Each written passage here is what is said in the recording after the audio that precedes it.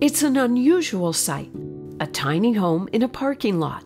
The little house sits a few doors down from the Learning Choice Academy, a public hybrid homeschool. Most of our students split their time between homeschool classes and hybrid classes. So they actually come on site 3 days a week, and then parents are homeschooling 2 days a week.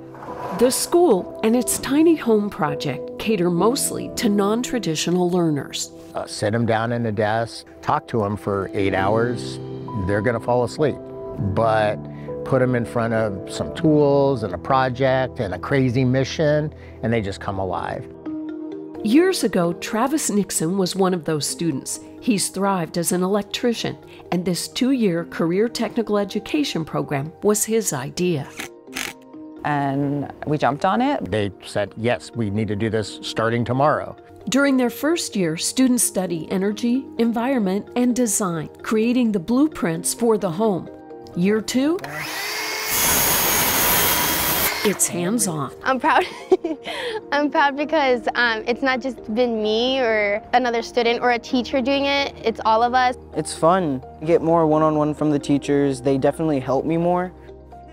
Basically what it is an access point to skilled trade. A tiny home costs about $30,000 to build. This is their third.